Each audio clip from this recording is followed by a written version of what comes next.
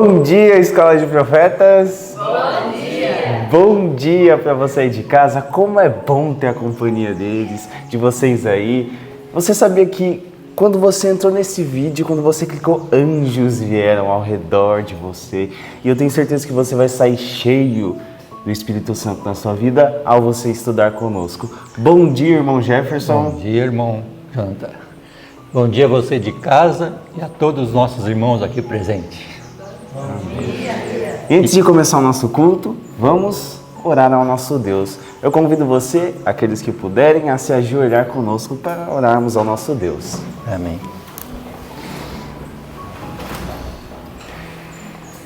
Senhor Deus, muito obrigado, Pai, por todas essas pessoas que entraram nesse vídeo. Peço que o Senhor abençoe elas, que o Senhor conduza a mente delas e de cada um que está aqui, Pai, para podermos aprender mais sobre a Tua vontade para a nossa vida. Em nome de Jesus, Pai, peço que o Senhor esteja com as pessoas de casa, confortando o coração delas, dando ânimo e que elas possam continuar, Pai, dia após dia, estudando conosco. Em nome de Jesus, dê força para elas. Amém. Amém. Muito bem. Além de nós orarmos ao nosso Deus, buscarmos a Sua presença, também é muito bom entoarmos cânticos de louvor ao nome do Senhor, né? E nesta manhã, qual vai ser o nosso hino de abertura?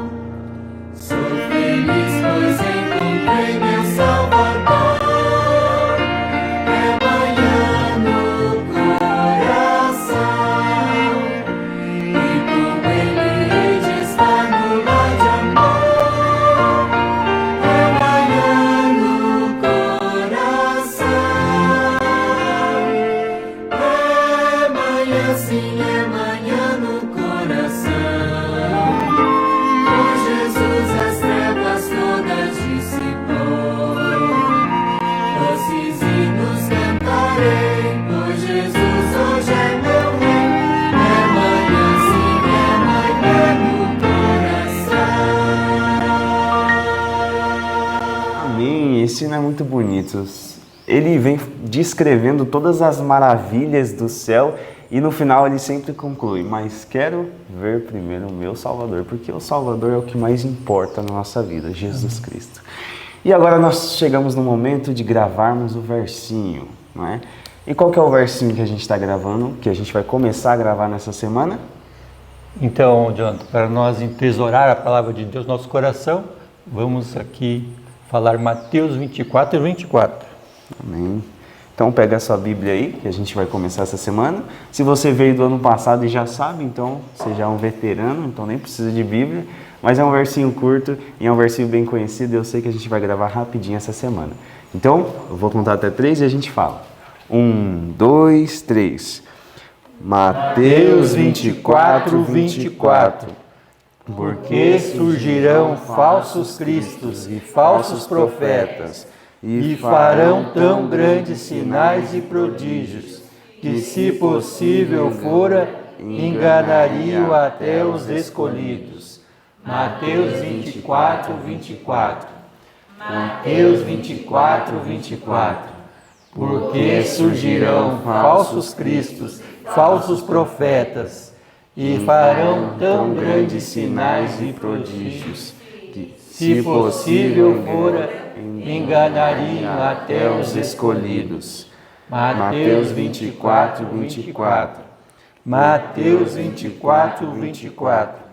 Porque surgirão falsos cristos e falsos profetas, e farão tão grandes sinais e prodígios, que, se possível fora, enganariam até os escolhidos. Mateus 24, 24. Amém. Que Deus te abençoe e fique com esse estudo. Um dia feliz na presença do Senhor. Olá, queridos, bom dia. Estamos de volta depois de um grupo de pregações que tivemos. Pregamos em alguns estados brasileiros e fizemos a vigília da Escola 2 lá no Espírito Santo. Que momentos preciosos de busca ao Senhor. Chegou a hora de buscarmos como nunca, de estarmos em vigília, de estarmos em busca da vontade de Deus para a nossa vida. E agora vamos orar. Quero orar para que Deus nos inspire e trabalhe conosco agora ao estudarmos essa parte da palavra. Vamos orar juntos? Vamos lá. Santo Deus e amado Pai, nós rogamos, Pai Santo, a Tua bênção, Tua misericórdia sobre nós. Senhor, queremos a Tua interferência. E como aconteceu ontem com Jonas, Pai Santo, não queremos estar entre aqueles que fracassam, que desistem, que vão embora, que somem do Teu trabalho, que se justificam, que querem o cuidado para si mesmo, que são ociosos de poder e de referência pessoal. Queremos, Pai de amor, a honra ao Teu nome, pela graça e pelo poder de Jesus. É em nome dele que rogamos e pedindo que nos dê agora a porção dobrada do Teu Espírito para estudar esta lição de hoje, em nome de Jesus. Amém, Senhor. Glória ao nome do Senhor. Abra sua Bíblia no livro de Oséias, bem rapidinho. Eu preciso que você, ao estudar Oséias agora, e o capítulo 23 do livro Profetas e Reis, possa ser envolvido na missão de forma muito especial. Vamos lá? Abriu sua Bíblia em Oséias? Queria que você, ao estudar Oséias agora, entendesse que momento sério. Os últimos anos do reinado do povo de Israel nessa terra, depois de Acabe, mesmo depois que Acabe tenha morrido, mesmo depois de Jezabel ter sido morta, mesmo depois de terem tantos reis tirado este ou qualquer outro Baalim, mesmo assim, o pior tempo da história do povo de Israel foi esse último antes deles serem levados cativos pelo povo da Síria. É um momento muito especial e eu quero ler isso para que você veja a seriedade. Me doeu muito ao estudar esse assunto, porque eu fiquei pensando, Senhor, que coisa séria, que duro, que difícil é para o Senhor esse tipo de situação, esse tipo de envolvimento do povo. Olha como é que começa o capítulo 23, para que você entenda por que Deus chamou Oséias para esse tipo de posicionamento tão terrível, que seria condenado de outra maneira, casar-se com uma prostituta. Veja só. Os últimos anos do malfadado reino de Israel foram assinalados pela violência e derramamento de sangue como jamais havia sido testemunhado, mesmo nos piores períodos de luta e inquietação sobre a casa de Acabe.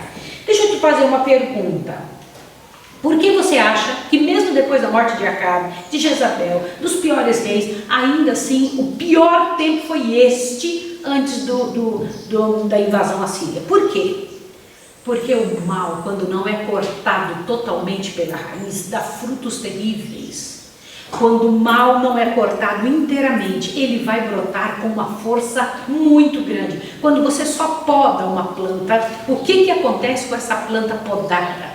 Assim é com o pecado. Nós temos que tomar providência rápida, porque senão o pecado nos engolirá completamente. A linguagem que Deus usa para explicar isso é, olha só, por mais de 2 séculos os governantes das 10 tribos haviam estado a semear ventos, agora colhiam tempestades. Irmãos, quantas vezes Deus foi atrás? Quantas vezes Deus lutou? Quantas vezes Deus buscou? Quantas vezes o Senhor Deus levantou um após outro profeta para que fossem trabalhados os corações, para que houvesse uma nova chance, um novo pedido de arrependimento, de perdão. O Senhor Deus ia atrás como um grande pai, ofertando, oferecendo, lutando pelo povo. E o povo não queria. Infelizmente não queria. Até os líderes do povo de Israel queriam concessões políticas, tinham mudanças rápidas. Por exemplo, mudavam hoje, amanhã voltavam a fazer tudo errado de novo. Era só Deus afrouxar um pouco a mão, que o povo voltava numa impiedade sem limites. E as impiedades, elas tinham nomes. Eram impiedades sexuais, impiedades de adoração a balaíns, coisas que não fortaleciam o intelecto e muito menos a vida espiritual deste povo. Você acha que está acontecendo coisas como esta hoje em dia? É assim que tem sido? Olha, eles tentaram resolver de forma errada. Os líderes da época tentaram resolver de forma errada. Do que eu estou falando? Alguns dos líderes de Israel sentiam agudamente sua perda de prestígio e desejavam poder para reconquistá-lo. Mas em vez de abandonar aquelas práticas que haviam levado ao enfraquecimento ao reino, continuaram em iniquidade, lisonjeando-se com o pensamento de que quando surgisse a ocasião, poderiam alcançar o poder político desejado, aliando-se com os pagãos. Gente, nunca aliar-se com os pagãos vai trazer algum benefício. Nunca. A palavra nunca é muito forte, mas ela cabe muito bem aqui.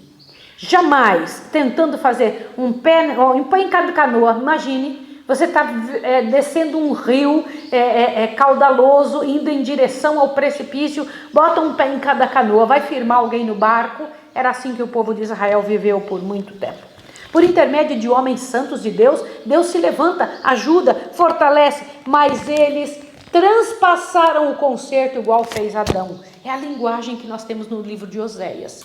Irmãos, que terrível! Quando eu paro para pensar nisso, então, eles transpassaram o concerto como fez Adão. Isso, erraram da mesma forma. Eu tenho em meu coração que às vezes nós fazemos coisas semelhantes. Às vezes nós falamos, não, se eu estivesse no lugar de Adão, se eu estivesse no lugar de Noé, se eu estivesse no lugar de Moisés, se eu estivesse no lugar dos apóstolos, do povo de Israel. Nós fazemos em alguma medida coisas piores. Em proporção pior do que o que eles fizeram, e nós esperamos que Deus nos abençoe.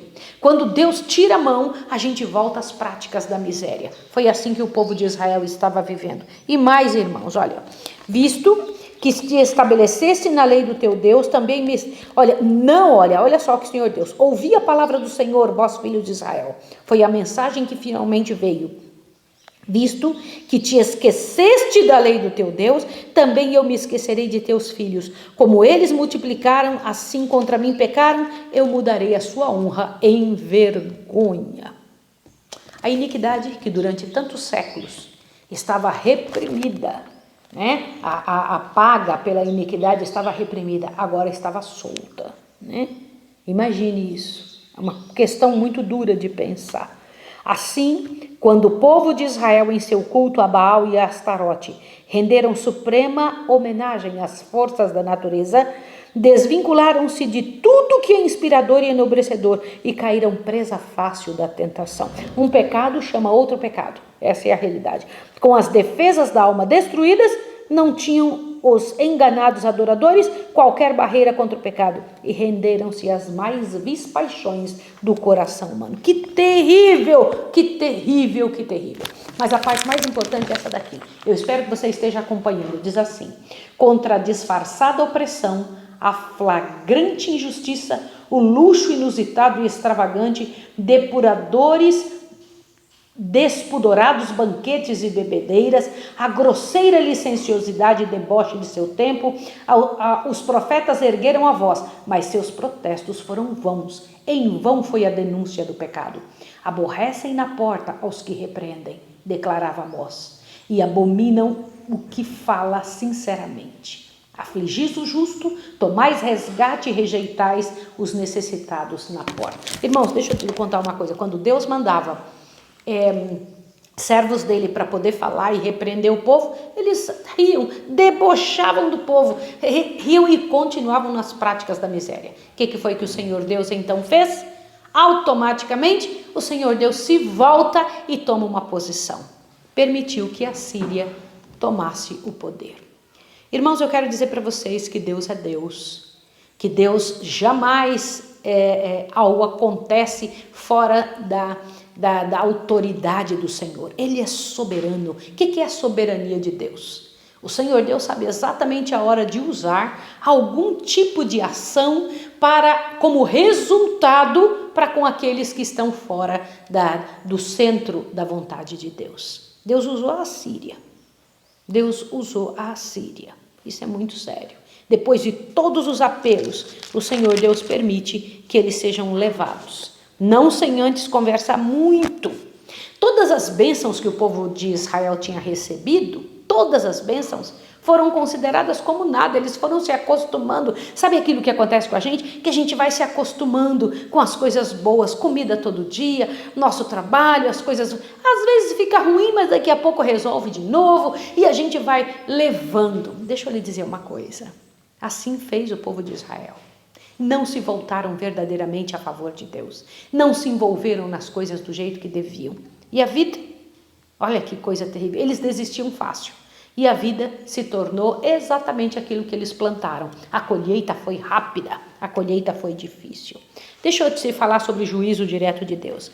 A destruição que abateu o reino do norte foi um juízo direto de Deus. Os assírios foram meramente o instrumento que Deus se serviu para realizar o seu propósito. Por intermédio de Isaías, que começou a profetizar pouco antes da queda de Samaria, o Senhor se referiu aos assírios como a vara da minha ira. Então pensem sobre isso. Mas uma coisa interessante, no meio dos que foram dispersos, muita gente morreu, né?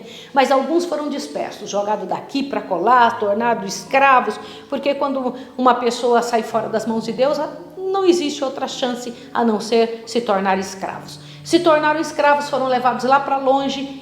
Entre aqueles que foram levados embora, isso eu acho fantástico, havia gente extremamente fiel. E estes fiéis foram a bênção dos locais para onde foram. Eles foram a bênção para os assírios. Do que eu estou falando? Disso mesmo que você está ouvindo. O Senhor Deus permitiu que fossem espalhados, usou a própria Síria como a sua mão de ira, mas também fez o quê?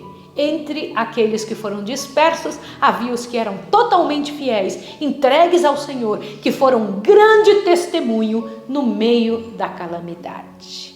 Quando eu paro para pensar nisso, eu falo, Senhor, trabalhe com a minha vida. Engraçado que quando Deus chama Oséias e pede para ele se casar com uma mulher prostituta, quais são os costumes de uma mulher prostituta? Qual é a segurança que uma mulher prostituta concede a um marido? Como é que ela é mãe? De que jeito que ela é mãe? Já parou para pensar sobre isso?